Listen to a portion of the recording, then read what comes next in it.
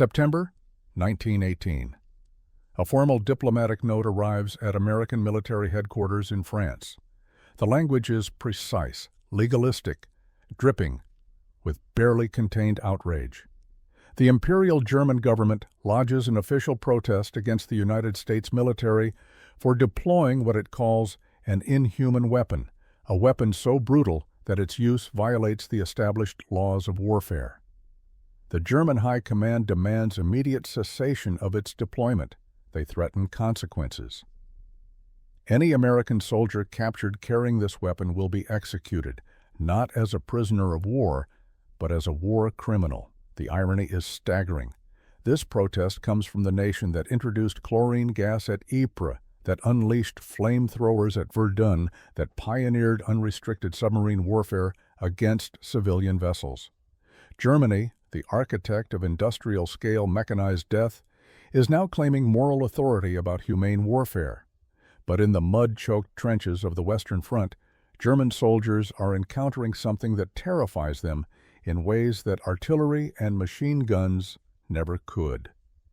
The weapon is deceptively simple. A pump-action shotgun, the Winchester Model 1897. In the confined spaces of trench warfare, it transforms into something apocalyptic. 6 shells loaded. Pump, fire, pump, fire, pump, fire. 3 seconds, 6 devastating blasts. Each one spraying 9 lead pellets across the width of a trench. At close range, there is no aiming. There is no missing. There is only the systematic clearing of human beings from narrow earthen corridors. The German ultimatum is clear. Stop using shotguns or face retaliation against captured soldiers. The American response is equally unambiguous. We will continue using them, and if Germany executes a single American soldier for carrying a shotgun, we will execute every German soldier involved in such an order. The diplomatic protest goes nowhere. The shotguns remain. But the question lingers in the blood-soaked mud of France. What makes this weapon so psychologically devastating that a nation already drowning in unprecedented carnage feels compelled to protest its use? The answer lies not in its lethality alone, but in the specific mathematics of death it brings to the trenches. The First World War created combat conditions that human beings had never experienced before. Armies dug into the earth and stayed there. Miles of trenches carved across Europe, narrow corridors barely wide enough for 2 men to pass. Sharp corners designed to prevent enfilade fire, blind turns that could hide enemy soldiers 3 feet away. Traditional military rifles were designed for open battlefields for aimed fire at distances measured in hundreds of yards. The standard infantry rifle of 1914 was a bolt-action weapon. Fire, work the bolt. Extract the spent cartridge, chamber a new round, close the bolt, aim, fire again. A trained soldier could achieve perhaps 15 aimed shots per minute under ideal conditions.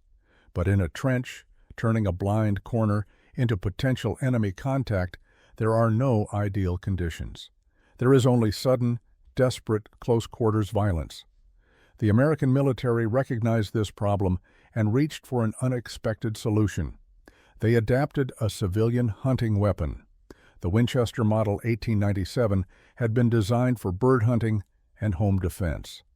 It featured an external hammer, a tubular magazine beneath the barrel, and a pump-action mechanism.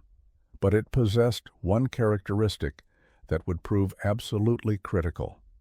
Unlike most firearms, the Winchester 1897 had no trigger disconnect.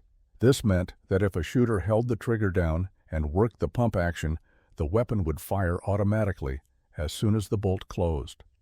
Slam fire, 6 rounds as fast as a trained soldier could work the pump. Approximately 2 to 3 seconds for a full magazine. The ammunition was equally devastating. Each 12-gauge shell contained 9 double-aught buckshot pellets. Each pellet measured 0.33 inches in diameter. Each pellet carried enough energy to penetrate deep into human tissue. At the typical engagement range in trench warfare, 5 to 15 meters, the spread pattern of 9 pellets covered approximately the width of a human torso. There was no aiming required. Point in the general direction and fire.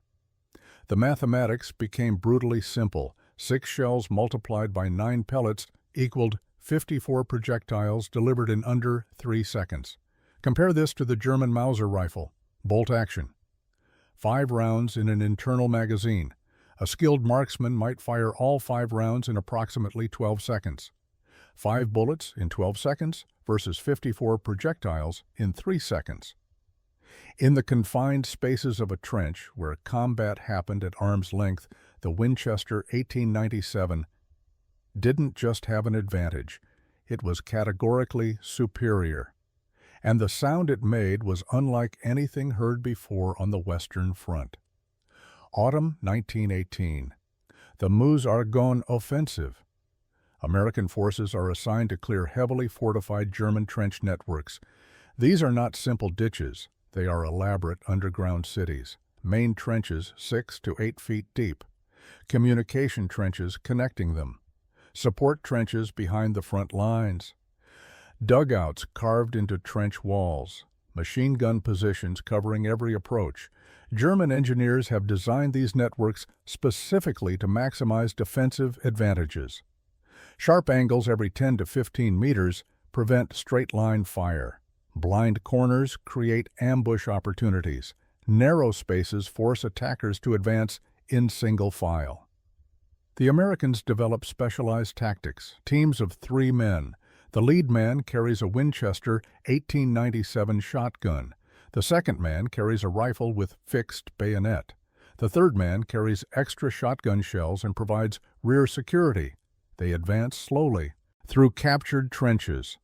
The lead man holds his shotgun at low ready, finger on trigger, thumb on the pump.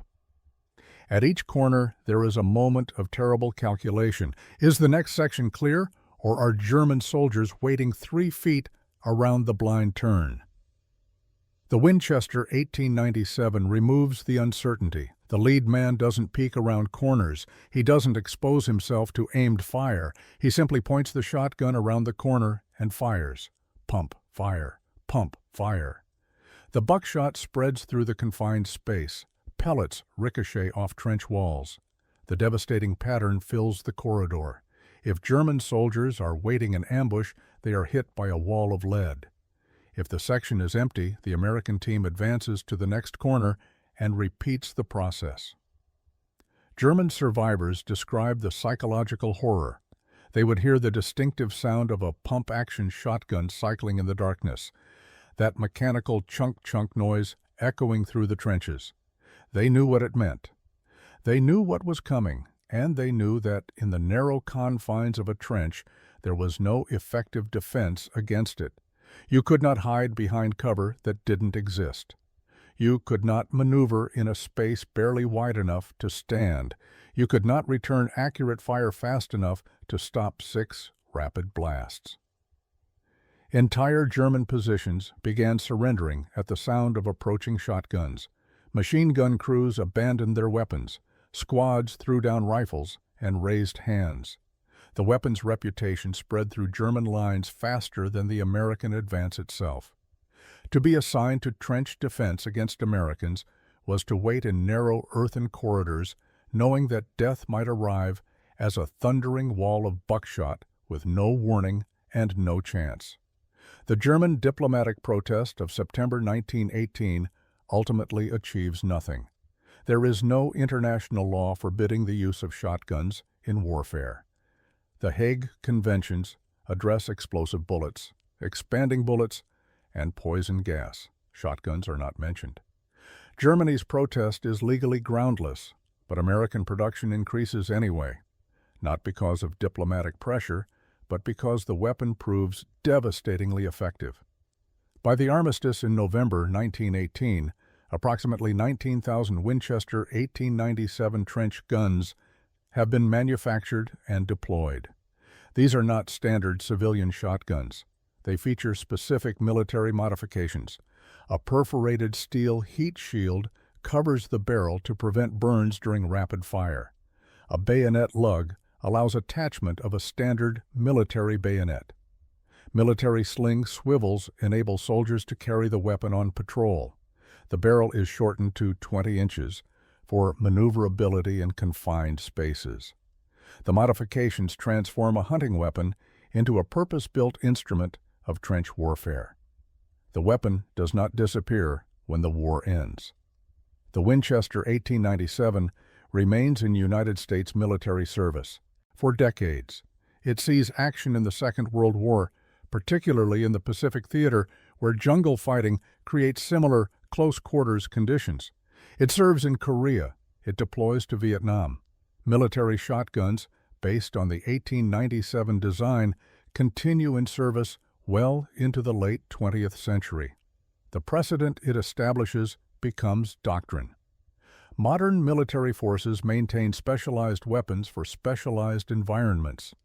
Every military shotgun in service today, from the Mossberg 590 to the Benelli M4, traces its lineage back to the Winchester 1897, back to that German diplomatic protest, back to trenches in France where the weapon earned its reputation.